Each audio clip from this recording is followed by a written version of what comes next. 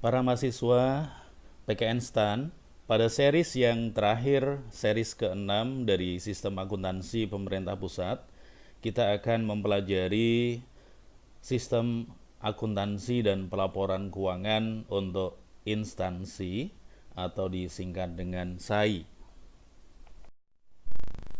Sistem akuntansi instansi atau SAI ini merupakan serangkaian prosedur manual maupun terkomputerisasi mulai dari pengumpulan data, pencatatan, pengikhtisaran sampai dengan pelaporan posisi keuangan dan operasi keuangan pada kementerian negara atau lembaga.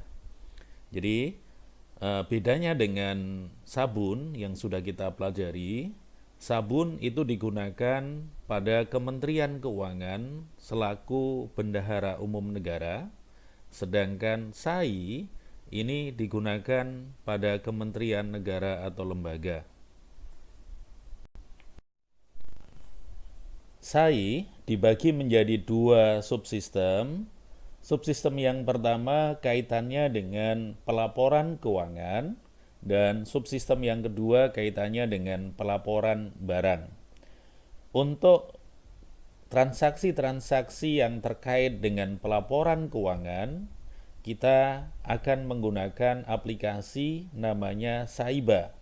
Saiba itu kepanjangan dari Sistem Akuntansi dan Pelaporan Keuangan Instansi Berbasis Akrual. Sedangkan untuk pelaporan barang, kita akan menggunakan aplikasi yang disebut dengan aplikasi SIMAK BMN, yaitu Sistem Informasi Manajemen dan Akuntansi Barang Milik Negara. Ini digunakan untuk mencatat transaksi-transaksi yang terkait dengan barang. Jadi, untuk transaksi yang terkait dengan barang, ada persediaan, ada aset tetap. Semua mutasi persediaan dan aset tetap akan dicatat di dalam aplikasi SIMAK BMN, sedangkan semua pengeluaran-pengeluaran yang dilakukan oleh instansi yang meliputi belanja pegawai, belanja barang, belanja modal, bantuan sosial, dan juga transaksi-transaksi pendapatan yang diterima oleh instansi akan dicatat di dalam aplikasi yang disebut dengan aplikasi Saiba. Jadi Saiba digunakan untuk penyusunan pelaporan keuangan, sedangkan untuk SIMAK BMN ini digunakan untuk pelaporan barang. Nah, bagaimana transaksi itu dilakukan? Transaksi itu dilakukan, dicatat sesuai dengan pencatatan akuntansi. Jadi dimulai dari nantinya ada dokumen sumber, kemudian dicatat di dalam satu jurnal, kemudian diposting ke buku besar, kemudian dibuatkan buku besar pembantu, kemudian dibuatlah laporan keuangan. Bagaimana hubungan antara sistem akuntansi keuangan dengan sistem akuntansi barang di tingkat satuan kerja? Nah, ini bisa digambarkan di dalam satu gambar sebagaimana yang ditayangkan di dalam slide. Jadi di dalam satu kantor, satu instansi, satuan kerja, pimpinan tertinggi itu kepala kantor. Kemudian ada staf-staf yang ada di bawahnya. Nah, di dalam kantor tersebut ada Kasubag TU, Kepala Subbagian Tata Usaha. Ini pejabat yang menangani barang. Kemudian ada juga Kasubag Keuangan, Kepala Subbagian Keuangan. Ini pejabat yang menangani keuangan. Jadi, untuk Kasubag TU yang menangani barang ini merupakan unit akuntansi kuasa pengguna barang atau di situ disingkat dengan UAK PB, unit akuntansi kuasa pengguna barang. Kasubag Keuangan yang menangani keuangan ini merupakan unit akuntansi kuasa pengguna anggaran UAK PA. Nah, di bawah Kasubag TU, Kasubag Keuangan, ada staf-staf yang membantunya. Ada pelaksana unit akuntansi dan pelaporan barang, dan juga ada pelaksana unit akuntansi dan pelaporan keuangan. Nah, ketika nanti ada transaksi, misalnya transaksi untuk pengadaan aset atau pengadaan persediaan, maka transaksi pengadaan aset, pengadaan persediaan tadi, untuk pengadaan aset itu kan akan dikeluarkan menggunakan belanja modal, akan dialokasikan melalui belanja modal. Sementara untuk pengadaan persediaan akan dialokasikan dengan menggunakan belanja barang. Jadi ketika nanti ada realisasi belanja modal dan belanja barang, yang akan melakukan pencatatan transaksi belanja barang dan belanja modal, ini UAKPA, Unit Akuntansi Kuasa Pengguna Anggaran. Ya, karena ada realisasi anggaran di situ. Ada realisasi keuangan yang keluar, ya, ada belanja-belanja yang dibayarkan. Ini merupakan transaksi yang terjadi dan harus dicatat oleh unit akuntansi kuasa pengguna anggaran. Dengan mencatatnya ada realisasi untuk belanja modal dan realisasi untuk belanja barang. Nah, ketika nanti barangnya itu diterima, asetnya tadi diterima, persediaan tadi diterima oleh kantor, yang akan menerima barang itu tentunya Kasubag TU atau pejabat yang menangani barang, dan akan dicatat oleh unit akuntansi kuasa pengguna barang, akan dicatat. Jadi nanti akan ada tambahan mutasi masuk persediaan dan aset tetap yang harus dicatat oleh unit akuntansi kuasa pengguna barang. Sehingga ada dua catatan di sini. Catatan yang pertama, UAKPA akan mencatat belanjanya, realisasi belanjanya. UAKPB akan mencatat mutasi masuk dari barang dan persediaannya. Sehingga berdasarkan dua catatan ini, kedua unit ini, kedua sistem akuntansi kuasa pengguna barang dan kuasa pengguna anggaran ini nanti akan melakukan rekonsiliasi. Logikanya harusnya catatannya sama karena menggunakan dokumen sumber yang sama. Jadi perlu rekonsiliasi di sini. Pembentukan unit akuntansi dan pelaporan keuangan dan unit akuntansi dan pelaporan barang itu dibuat secara berjenjang dengan unsur vertikal dan dapat disesuaikan dengan karakteristik dari entitas instansi. Jadi di unit akuntansi dan pelaporan keuangan tadi di tingkat satuan kerja itu ada yang disebut dengan UAKPA.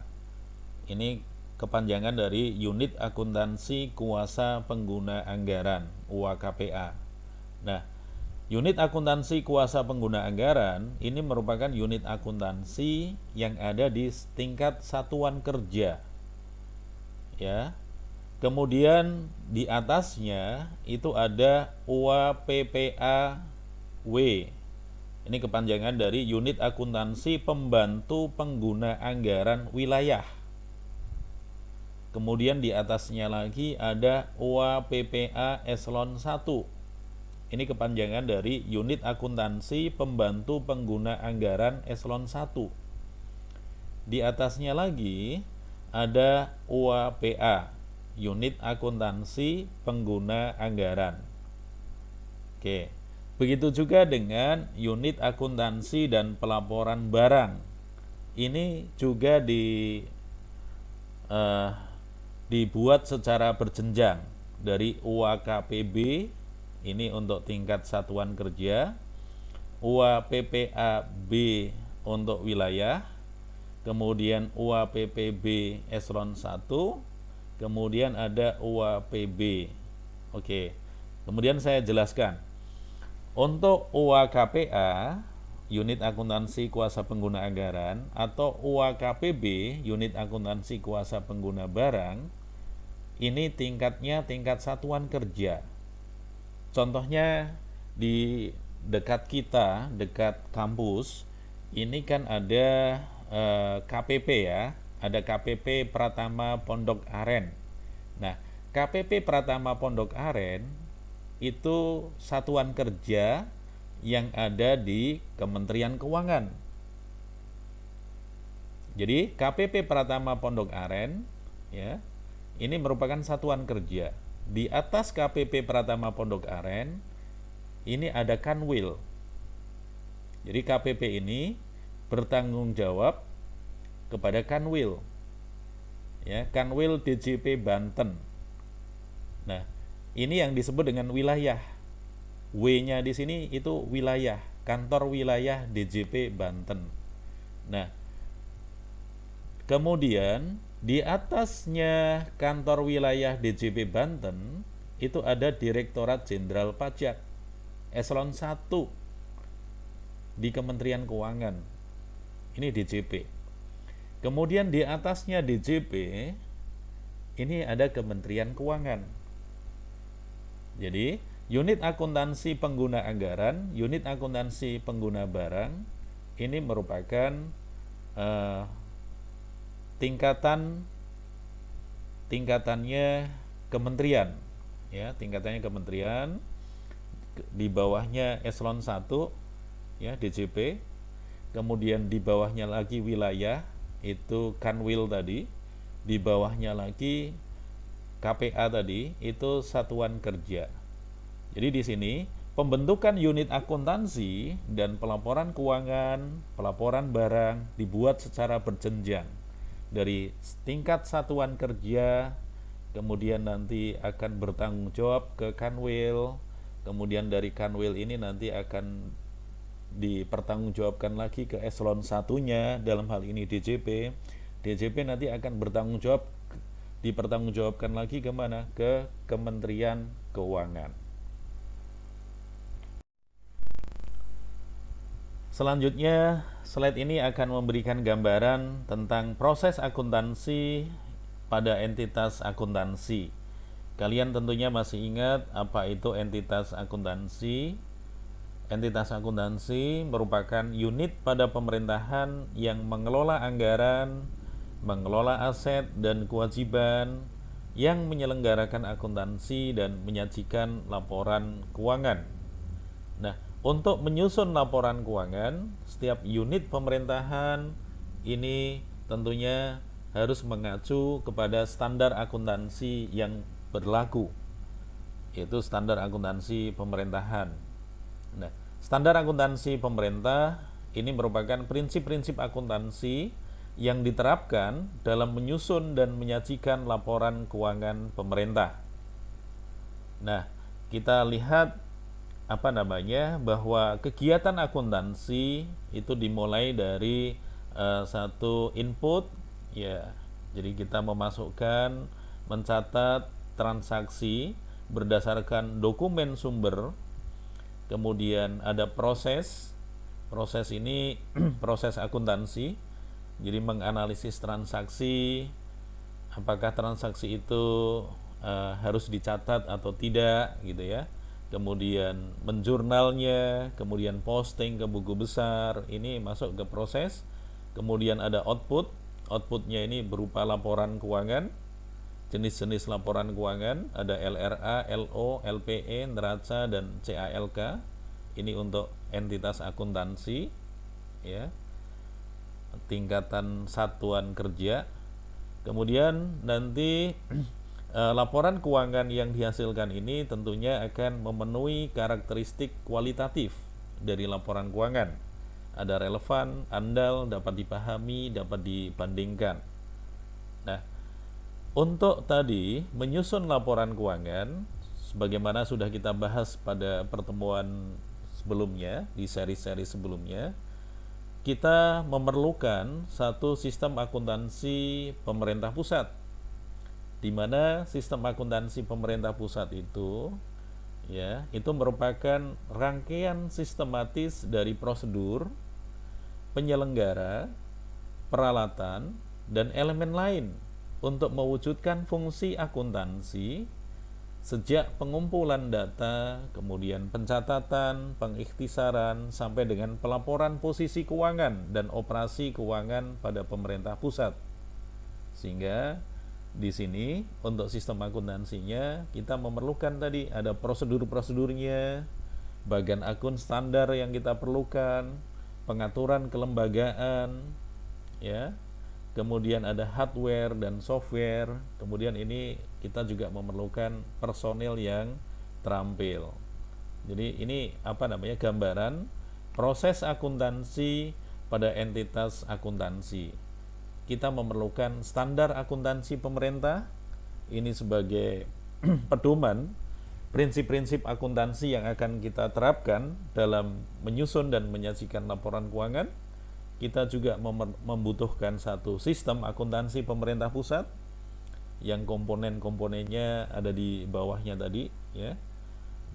Kita perlu sistem akuntansi, dan itu semuanya dalam rangka nanti kita menyusun laporan keuangan yang didahului dengan kita menginput dokumen sumber sampai dengan nanti proses penyusunan laporan keuangan itu terjadi, dan laporan yang dihasilkan memenuhi karakteristik kualitatif dari laporan keuangan. Selanjutnya ini merupakan gambaran dari proses bisnis unit akuntansi, di mana unit akuntansi tadi dibuat secara berjenjang dari UA KPA, kemudian UA PPA wilayah, kemudian UA PPA eselon 1 gitu ya. Kemudian ada UA PA. Begitu juga dengan UA KPB gitu ya. Kemudian ada UA PPB wilayah, UA PPB eselon 1 dan UA PB. Ini dibuat secara berjenjang. Jadi ini menggambarkan bagaimana proses bisnis yang terjadi di masing-masing unit akuntansi. Nah, ini dimulai dari unit akuntansi kuasa pengguna anggaran. Apa yang dilakukan oleh unit akuntansi kuasa pengguna anggaran? Tentunya yang pertama akan melakukan verifikasi dan validasi dari dokumen sumber. Kemudian direkam dokumen sumbernya, kemudian diverifikasi hasil perekaman dengan dokumen sumber itu diverifikasi. Kemudian yang keempat itu posting. Kemudian dilakukan rekonsiliasi. Nah, rekonsiliasi antara UA KPA dengan UA KPB tadi. Kemudian ada pengiriman data dan laporan keuangan. Dikirimkan kemana? Dikirimkan ke unit akuntansi yang ada di atasnya, yaitu UA PPA wilayah. Kemudian apa yang dilakukan oleh UA PPA wilayah? Tentu yang pertama nanti menerima laporan keuangan dari masing-masing satuan kerja dari UA KPA. Kemudian dia akan melakukan verifikasi data dan laporan keuangan, melakukan rekonsiliasi, ya, rekonsiliasi, kemudian analisis hard copy dan soft copy-nya. Logikanya antara hard copy dan soft copy yang dikirimkan kan sama ya. Ini dianalisis, kemudian digabungkan dari laporan keuangan yang dihasilkan oleh masing-masing satuan kerja tadi, digabungkan ya. Kalau tadi kantor wilayah DJP Banten, kemudian di bawahnya itu ada kantor pelayanan pajak Pondok Aren, kemudian mungkin ada juga kantor pelayanan pajak Tangerang, Serang dan sebagainya, itu nanti akan digabungkan di poin yang kelima ini, penggabungan data dan laporan keuangan. Kemudian nanti poin keenam ini akan dikirimkan laporan keuangan yang konsolidasi dari seluruh satker tadi dikirimkan ya ke eselon 1 terkait. Gitu juga dengan eselon 1 terkait akan melakukan hal yang sama, 1 sampai dengan 6. Dilaporkan ke UAPA. Jadi seperti ini apa namanya? Ini proses bisnis yang ada di masing-masing unit akuntansi. Oke. Nah, Dalam hal nanti sudah diterapkan single database, maka nanti penyampaian ADK itu arsip data komputer, yaitu soft copy-nya, itu tidak perlu. Serta rekonsiliasi itu dapat hanya dilakukan di UAKPA saja. Jadi kalau sudah single database, artinya database-nya itu sudah terpusat. Jadi kalau sudah terpusat database-nya, antara UAKPA, wilayah, eselon 1 dan PA punya database tunggal, database-nya sama. Sehingga dengan demikian kalau database-nya sama, kita nggak perlu lagi ada soft copy. Kita nggak perlu lagi melakukan rekonsiliasi. Rekonsiliasinya cukup hanya di tingkat satuan kerjanya saja di UAKPA. Itu kira-kira gambaran dari proses bisnis unit akuntansi baik di UAKPA sampai dengan UAPA. Baik, kita lanjutkan dengan rekonsiliasi. Apa itu rekonsiliasi? Nah, tujuan dari rekonsiliasi ini untuk meyakinkan keandalan data dalam penyusunan laporan keuangan. Jadi rekonsiliasi ini merupakan proses pencocokan data transaksi keuangan yang diproses dengan beberapa sistem atau subsistem yang berbeda berdasarkan dokumen sumber yang sama. Dokumen sumbernya sama, tapi yang memproses transaksi ini terdiri dari beberapa sistem atau subsistem, sehingga perlu dilakukan pencocokan datanya. Nah, inilah rekonsiliasi. Rekonsiliasi itu dibagi menjadi dua jenis. Yang pertama rekonsiliasi internal, yaitu rekonsiliasi yang dilakukan pada internal unit akuntansi dan pelaporan. Contohnya di sini antar unit pelaporan keuangan dengan unit pelaporan barang, antara UA KPA dengan UA KPB. Ini internal, masih dalam satu internal satuan kerja. Atau antara UAKPA dengan bendahara di satuan kerja itu. Ini rekonsiliasinya masih internal. Jadi di dalam satu satuan kerja, rekonsiliasi yang dilakukan antar unit di dalam satu satuan kerja, ini disebut dengan rekonsiliasi internal. Atau yang kedua, ini antar unit akuntansi dan pelaporan yang masih dalam satu entitas pelaporan. Dalam satu entitas pelaporan, ini rekonsiliasi internal. Jadi, kalau tadi kita lihat dari struktur organisasi, misalnya KPP, Pondok Aren, kemudian kantor wilayah DJP Banten, kemudian ada Direktorat Jenderal Pajak, kemudian di atasnya lagi ada Kementerian Keuangan. Rekonsiliasi yang dilakukan di instansi-instansi yang disebutkan ini masih dalam satu entitas pelaporan, sehingga disebut dengan rekonsiliasi internal. Contohnya, rekonsiliasi antara KPP Pondok Aren dengan kantor wilayah DJP Banten. Ini masih dalam satu entitas pelaporan. Entitas pelaporannya itu Kementerian Keuangan, sehingga ini disebut dengan rekonsiliasi internal. Atau antar misalnya kantor wilayah dengan DJP, ini masih dalam satu entitas pelaporan. Atau DJP dengan Kementerian Keuangan, ini masih dalam satu entitas pelaporan, sehingga disebut dengan rekonsiliasi internal. Ada juga yang kedua, rekonsiliasi eksternal. Ini antar unit akuntansi dan pelaporan yang tidak dalam satu entitas pelaporan. Jadi bukan dalam satu entitas pelaporan, itu rekonsiliasinya eksternal. Contohnya di sini ada pengguna anggaran dengan PUN. Oke. Jadi di sini ada pengguna anggaran ya dengan PUN, dengan Kementerian Keuangan selaku PUN. Pengguna anggaran itu setiap kementerian negara atau lembaga itu kan menjadi pengguna anggaran. Ketika setiap kementerian negara atau lembaga melakukan rekonsiliasi dengan Kementerian Keuangan selaku PUN, sudah beda entitas pelaporannya, sehingga disebut dengan rekonsiliasi eksternal. Atau pengguna barang dengan pengelola barang. Oke, jadi di sini ada istilah pengguna barang, ada pengelola barang. Yang disebut dengan pengelola barang milik negara itu Menteri Keuangan selaku BUN.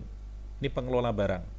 Pengguna anggaran, pengguna barang ini kementerian lembaga terkait, kementerian negara atau lembaga terkait. Ini pengguna barang. Jadi kalau rekonsiliasi antara pengguna barang, dalam hal ini kementerian lembaga terkait, dengan pengelola barang, dalam hal ini Menteri Keuangan selaku BUN, ini merupakan rekonsiliasi yang dilakukan beda entitas pelaporannya, sehingga merupakan rekonsiliasi eksternal.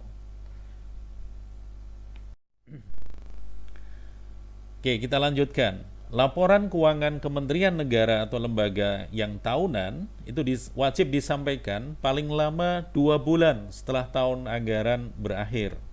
Laporan keuangan tahunan ini harus disertai dengan pernyataan telah direview yang ditandatangani oleh aparat pengawas internal dan juga pernyataan tanggung jawab yang ditandatangani oleh menteri atau pimpinan lembaga terkait.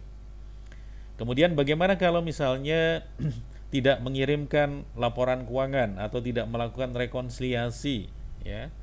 Nah, nanti akan dikenakan sanksi administratif bagi kementerian negara atau lembaga yang tidak mengirimkan laporan keuangan, tidak melakukan rekonsiliasi, akan dikenakan sanksi administratif. Sanksi ini berupa pengembalian surat perintah membayar, pengembalian SPM oleh KPPN yang telah diajukan oleh UAKPA ataupun Satker, ya, kecuali untuk SPM LS belanja pegawai untuk membayarkan gaji dan tunjangan belanja pegawai, SPM langsung kepada pihak ketiga, tagihan-tagihan yang dilakukan oleh supplier atau oleh pihak ketiga, dan juga SPM pengembalian.